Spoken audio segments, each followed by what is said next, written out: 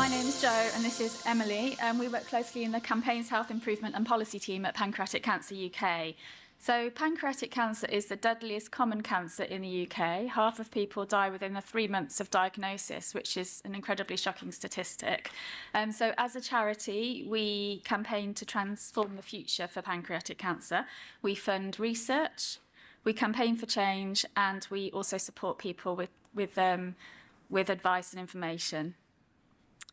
So our session is going to cover the following. So we'll be going over some of the objectives and strategy and tactics for our campaign, some of the outcomes, and also a closer look at a couple of the personalisation tools we use in engaging networks.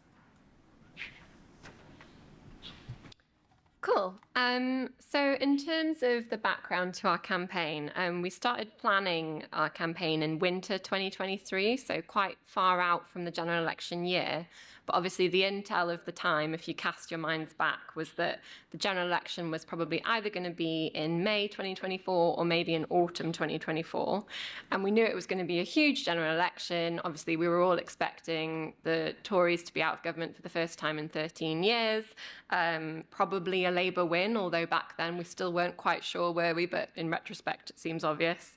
And a really high turnover of parliamentarians. So predictions were about half of people were going to lose their seats, and actually in the end it was 52% of MPs that were new after that election.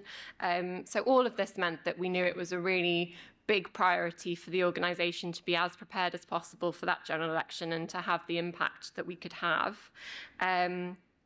Our key objective for the campaign was to get pancreatic cancer and the less survivable cancers more generally, I'll come on to the less survivable cancers in a bit, but to get them onto political agendas and ultimately onto party manifestos as well. So quite a big, ambitious aim, but because we had this run-in, we were really keen to really go for that. So we started to plan for the campaign and the manifesto launch by looking at all those possible dates, doing all that scenario planning of when the election might be called and working backwards. Obviously, we know that the month before an election, you can't launch a new campaign, you can't be putting out new asks because of the Lobbying Act. So we identified that if the election were going to happen in May, which we thought was the earliest possible time, the pre-election period could start as early as the 1st of April. So we decided we were going to launch in early March because that would give us time to get our campaign out there, get our asks out there, get it on the map well ahead of that early pre-election period. And while this risked a bit of a long period between our launch and the election, if they ended up going for the autumn 2024 option, we felt that it was worth it because it reduced the risk of launching during that, well, being stuck in that pre-election period where you can't really launch and missing the boat with manifesto development as well, which we know happens a bit further out. So that's why we went that early. Thanks, Emily. So once we'd completed that piece of scenario planning, we were already into the new year and we wanted to launch in early March. So that gave us a very short amount of time to sort of bring the rest of the organisation on board with us, who we needed to deliver the campaign at speed and with impact. So we pitched this to the organisation as a really kind of tangible, time-bound way to engage existing and new supporters. And also we made the point that in order to cut through all of the rest of the noise in the lead up to an election, we needed a mass mobilisation moment in order to get that cut through. So we met with our marketing comms and PR and fundraising team to identify a critical path that we needed to hit to meet our launch date and identify a minimal viable product that we could deliver given the timeframes that we had. So we felt that if we did a launch in February, we would give Emily and her team the chance to do all of that behind the scenes influencing off the back of all the engagement we generated through the launch, but little did we know that Rishi Sunak was going to call the July election on the 22nd of May, even though we had planned for that scenario. So I'll hand over now to Emily to talk about some of those tactics we use. Great. So in terms of the tactics, the kind of key, most important one was strong messaging and evidence. So we developed our campaign under this campaign name of Demand Survival Now, which is actually one that we had used before.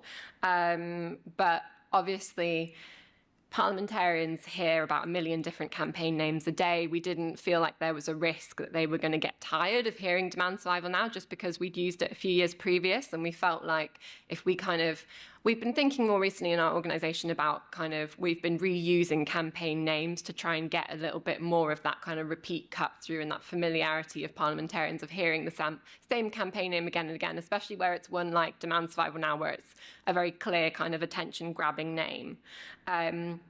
For our messaging, we used 3 existing calls to action from our Pancreatic Cancer UK strategy. So there were 3 policy asks around research, treatment and early diagnosis that we already had really good evidence base on. They were really kind of clear asks, and we didn't have time to develop new policy asks in that short a space of time. But 2, we didn't want to go with things that were kind of new and didn't have that evidence base, because we know that when we're trying to get things into party manifestos and into party policy, obviously the real kind of political details people in each party really want all that evidence to back up why they're taking on your asks. So we were confident in these asks and we decided to reuse those. We also decided to go for our 3 kind of top line asks because we wanted to keep it broad, because obviously when you're trying to influence a party manifesto, you're not going to get something into that manifesto if it's kind of really specific and really detailed, because it's a whole nation Labour manifesto, for example. So that's why we went broad. And then secondly, obviously we were reusing those policy asks and this campaign name, but we needed to keep it fresh for the media side of things. So we worked with our policy team to identify some new stats that we could use that were really headline grabbing to kind of give a bit of a fresh look to these asks. The key one that you can see there was that we identified that 50,000 people will die of pancreatic cancer without action if nothing changes during the next parliamentary term. And then the second one was that by 2027, pancreatic cancer is going to overtake breast cancer and become the 4th biggest cancer killer in the UK. So these stats, alongside a case study from our amazing supporter Lewis, who you can see here with his dad. His dad sadly died of pancreatic cancer, and Lewis did loads of coverage and media and video stuff for us to really bring it to life and to back up these policy stats with a really human story that got us really helpful coverage for the campaign as well. So in this first phase, we launched our open letter, which we addressed to all of the different leaders of the different main political parties, and we got our supporters on that, and we got 65,000 signatories for that open letter. Your bit? Yeah. So you're obviously going to hear from us about supporter engagement in this session. So one of our tactics was supporter engagement. So you can see on the slide here the actions that had an engaging networks action related to them. So in March, we had our public launch and we had our open letter to party leaders. And this was based on our own Pancreatic Cancer UK web form, which was integrated with our database. But in the subsequent, and we promoted this through Facebook advertising and through warm audience and social, our organic socials as well. And then the people who we recruited onto that journey were sent on to a sort of a tailored onward journey, which included our ask for supporters to contact their MP. And then we had subsequent actions giving supporters a chance to take action at all the key moments over the course of that year in relation to the election. So in the run-up to, once the election had been announced, and then in the post-election period, encouraging supporters to get in touch and say hello to their new MP. So almost... just over 3,000 supporters took action in total across these, and around a quarter took 2 or more actions. And I'm going to reflect on that a bit more in the learnings. So in terms of insider influencing, this was really key to the getting stuff in manifestos part of our aims. So in the background, we sought meetings with as many party policy leads as we could. So we got the names of the people who were responsible for writing the health bits of the manifesto and the health SPADs for the different parties. We met with as many of them as we could to try and influence their thinking, and we basically used the opportunity to pitch both our Pancreatic Cancer UK manifesto that we developed and also our Less Survivable Cancers Task Force manifesto. So the Less Survivable Cancers Task Force, as background, is a task force of 6 charities that work together on the 6 deadliest cancers. So they are lung, liver, stomach, esophageal, brain and pancreatic cancer. And we knew from the various parties' kind of comms in the run-up to the election that the parties weren't really keen on kind of really condition-specific policy stuff in health. So we had to go as broad as possible, which is why we decided to really push in these meetings with the health policy people at the parties the less survivables angle, because what we always talk about with the less survivable cancers is those 6 cancers, because they're so deadly and they're so hard to diagnose early and they're so hard to survive. If you can solve those 6, you can really it can be the tide that lifts all ships for all cancers. And that can be kind of the really knotty problem that if you solve it, you can improve things for all cancers. So we decided to really pitch down that route rather than just focusing on pancreatic, which is a bit more of a kind of specific issue. And we managed to meet with both the Lib Dem and the Labour health policy teams and make the case for the less survivable cancers and pancreatic within those meetings. I'm just going to quickly touch on some of the other activity we carried out in addition to our tried and tested campaign tactics. So we trialled some new activities. We worked with the media group Global, and we identified 2 channels with a proven track record of reaching parliamentarians and opinion formers.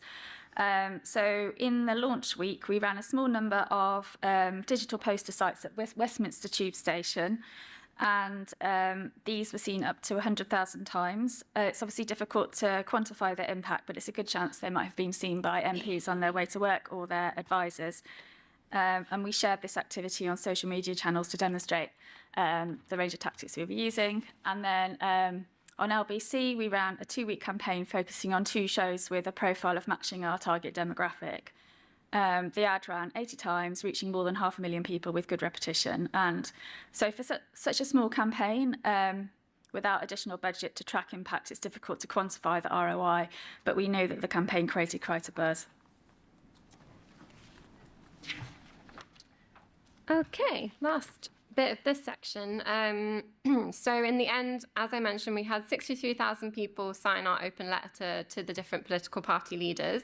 We handed in our open letters to all the different parties. We did little photo ops at all the different HQs on the 4th of June, and we had our hand in to Downing Street, the leader of the Conservative Party, Rishi Sunak, on the 4th of June. And that was actually just a really good stroke of luck for us that we booked in quite far in advance the 4th of June, and then they ended up calling the election for the 4th of July. So we could do kind of a little bit of bonus stuff around like exactly 1 month to go before the election. And that's just public affairs, isn't it? It's all, a lot of it just down to lucky timing. But yeah, it worked really well for us in terms of a bit of extra comms. And yeah, it also gave us a really nice opportunity. We just launched a new brand, which, as you can see, is quite kind of bold and striking and clear. So we used it as a bit of like an organizational opportunity to get a professional photographer down and get some really nice photos of our new brand in action. We got these nice purple boxes designed up for the hand into Downing Street as well to put the petition in. Yeah, and it just kind of gave us like a good all-round opportunity to have some really impactful visual stuff. So Joe's going to talk you through some of the engaging network side of things now. So I wanted to focus on a couple of useful tools in engaging networks that some of you might be familiar with, others might not have used them previously. One of them is the use of questions in forms, and the other one is the use of message processing rules. I'm just going to focus on one of the actions, but this is something we applied throughout the campaign, and I'm going to let you know about some of the impacts that we had using these tools.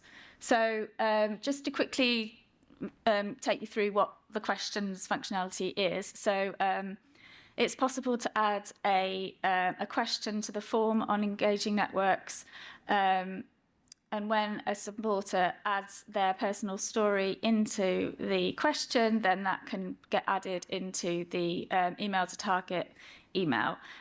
So you drag in a form block, and then you can use the settings here to set up a new question. And yeah, you'll be able to look at these slides later. I don't need to go into it in too much detail. And then on the email to target letter itself, you can use this tick box icon to then select the question you want to insert. And there it is, coming up as a sort of a form field in the letter.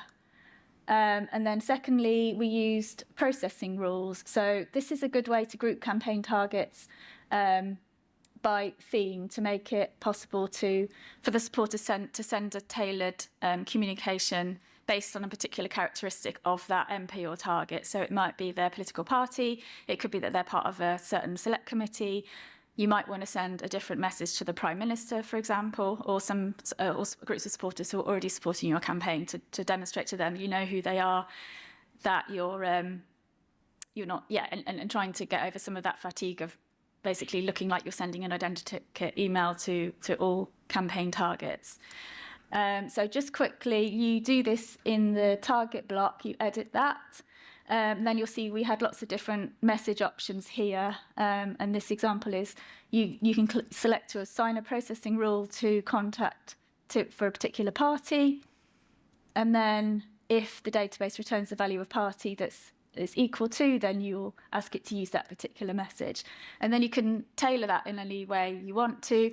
For the Labour message, we used an additional ask for the MP to get in touch with West Streeting, and in the Green Party, Emily's going to mention some of our campaign outcomes soon, but we'll mention we tailored the Green Party one with one of the commitments that they made around the less viable cancers as well. So in terms of the impact of personalisation, we did some analysis and found that the use of the question in the form before somebody goes through to the action, it actually doubled the number of supporters tailoring the action. So looking at previous campaigns where we just asked supporters to adapt their message within the email itself, we found that there were about 30 to 40% of people doing that, because there's a tool in Engaging Networks where you can download messages where somebody's adapted them, and you can work out the percentage that did or didn't. But then 70 to 80% of our supporters tailored their message through using the question. We found that it didn't really make a difference whether you have the question before or after the form itself. It was actually more, there was more of an uptake when it was after the form, in fact, but not too great a difference. Cool. So in terms of the campaign outcomes, the biggest outcome of the campaign was that we got 2 parties to include commitments to the less viable cancers in their general election manifestos. The Lib Dems included a commitment in their manifesto to pass a Cancer Survival Research Act, which focuses on improving research investment into the less viable cancers. And that's actually something that we pitched in our meeting with those health policy people at the Lib Dems kind of back at the start of the campaign. We told them about a similar act that exists in the States, and they really liked that idea. So that kind of followed through that way. And then we also had the Green Party including a commitment on addressing the less viable cancers in their general election manifesto too. We didn't actually meet with the health policy people at the Green Party, so we're hoping that that kind of was a bit of a trickle-down effect from all this other stuff we did with supporters engaging their Green candidates and the letter we wrote to the open letter to the Green Party leaders as well.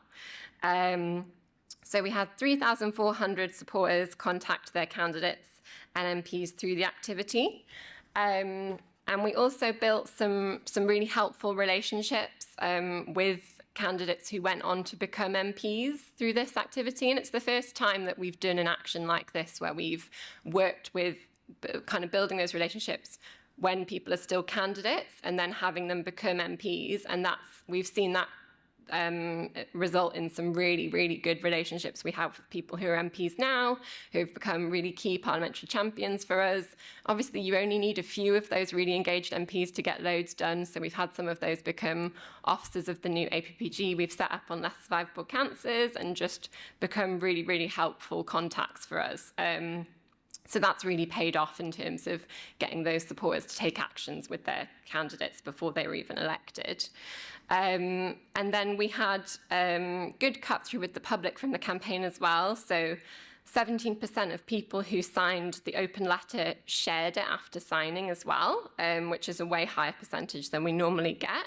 And we also had a really strong open rate for our emails from this campaign, so averaged around 40% for our marketing emails, which compares to a charity-wide average of around 16%. So obviously that's way higher as well. Great. I just wanted to quickly mention on this one, I missed something out, that the impact of actually tailoring the action on responsiveness of MPs. It's obviously quite difficult to measure, but we found that 2/3 of MPs who received a tailored email sent a tailored reply referring to the supporter's personal content that they'd added. And as you could imagine, when the supporter did not personalise, almost all the MPs sent a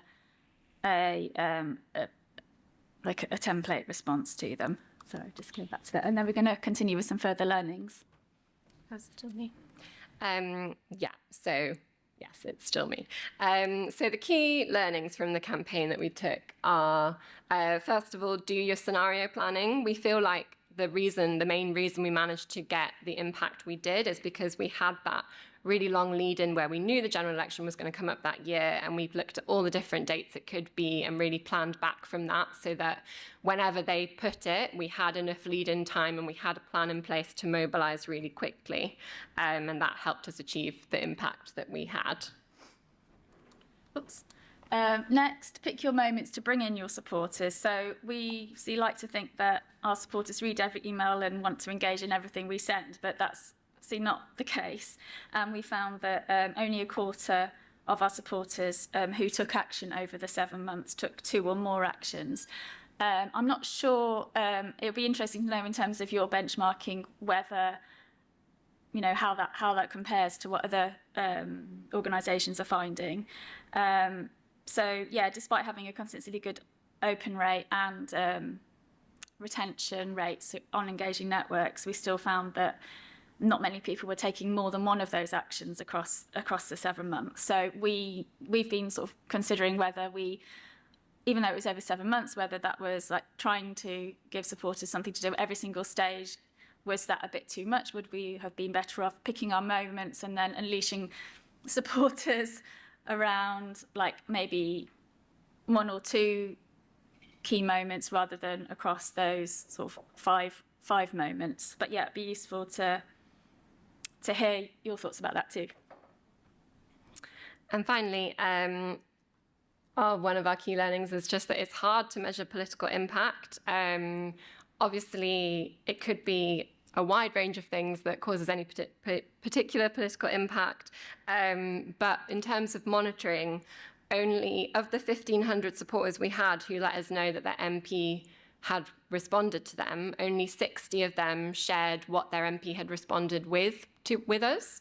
So I guess as soon as you take things off a platform like engaging networks and it becomes that more kind of personal interaction where you're emailing with a supporter or your supporter is having a conversation with their candidate or with their MP, it's really hard to get that kind of softer intelligence about what's the detail of that conversation on your records. So I guess of those interactions, there were really obviously like where a lot of change happens and where like actual meaningful conversation happens.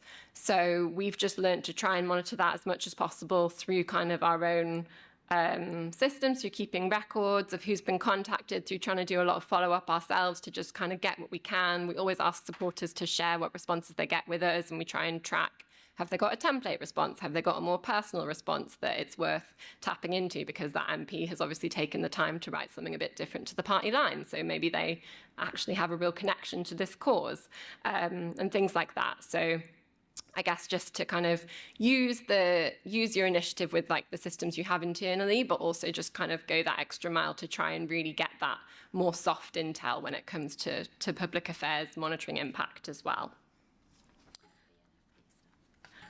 Oh yeah, and we also used, I don't know if any of you use NFP Research's Charity Parliamentary Monitor, but things like that as well to try and monitor like engagement and awareness levels can be really helpful, we found as well, and was helpful with this campaign for us as well.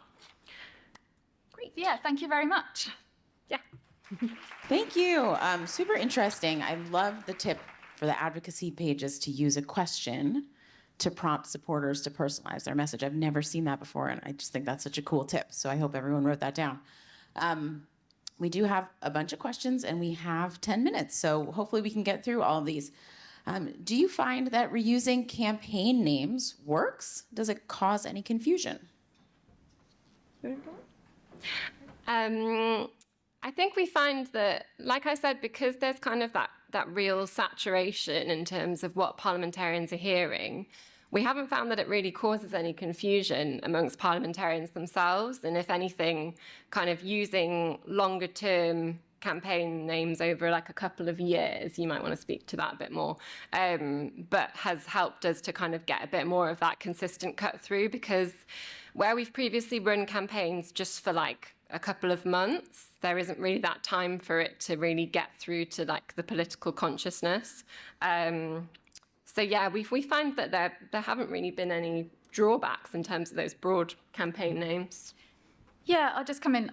So there is a little bit of a balancing act and difference of opinion, like between our team and maybe our marketing teams who want to have something fresh and new every time, and trying to we're trying to embed more of an approach of having a drumbeat of our campaigns so they begin to resonate over time and have that consistent approach, so we don't look as a charity in the eyes of people we're trying to influence, that we're just flipping between issues, because that also makes us look unstrategic as well.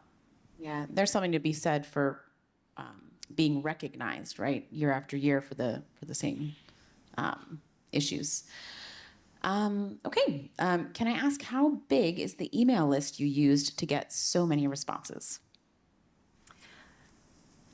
So we for the initial open letter, we went out with Facebook ads, etc., and we normally have a split of 50%.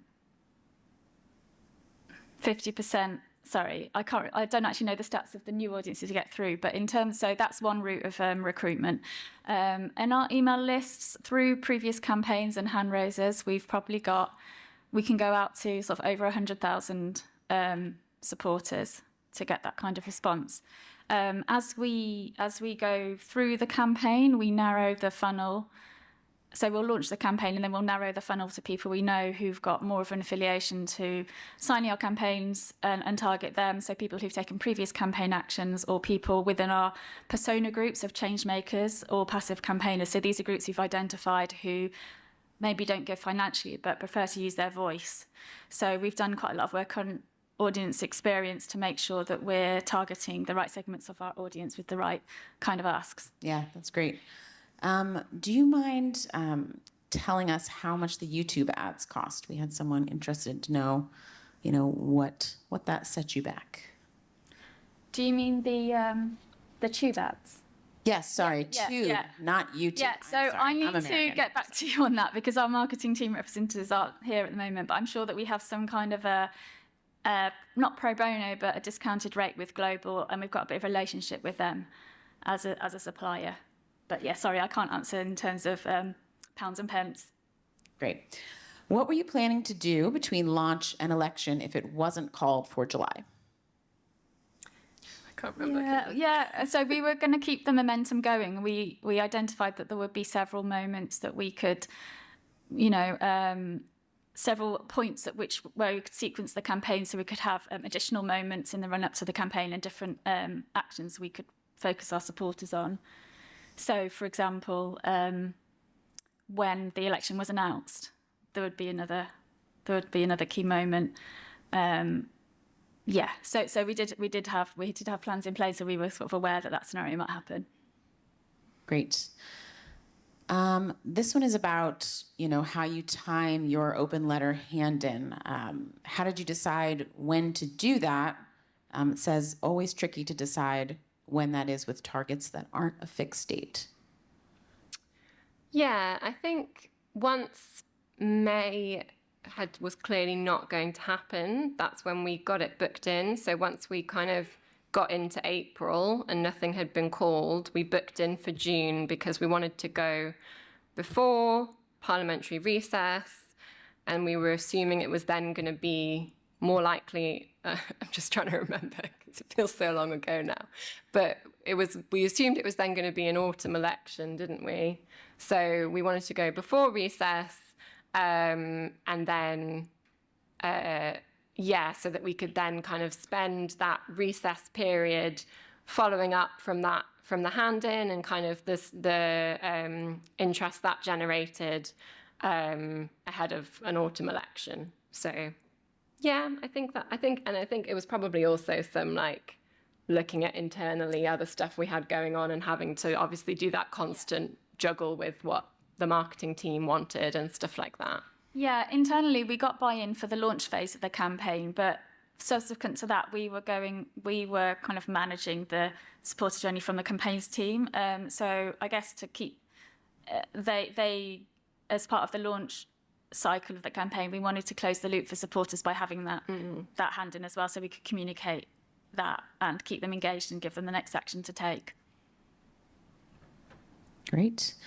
How did you manage follow-up, like collating replies and encouraging further engagement? How far did supporters take this on themselves?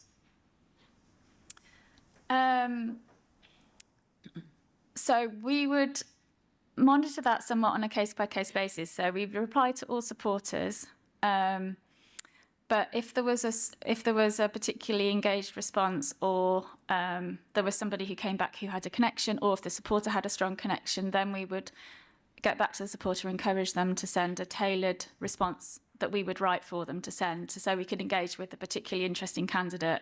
And I think, as Emily mentioned, some of those we were able to then follow through to being elected in the post-election period. Great. Who were your target audiences for the LBC radio ads? Let me get my notes. Oh, that's not Lucy. Sorry, that's fine. Yeah, so we went for particular time slots. So our audience was MPs. So clearly, you're not going to be able to do that through radio, but we had got intelligence from the agency that they would be the audience, the kind of politically active audience would potentially be listening to LBC, and we tailored. We focused on a couple of. Yeah, so we focused on the breakfast show with Nick Ferrari and James O'Brien's mid-morning slot. And we also had anecdotal evidence from some MPs' offices that they would be the things that would be on the background potentially in their parliamentary offices in the Parliament as well. So that's obviously, as mentioned before, it's really difficult to measure the impact of that kind of thing, but that was our aim for that activity. Great, thank you so much. That's all the questions, but please find Johanna and Emily today if you have further questions for them, and let's give them a round of applause.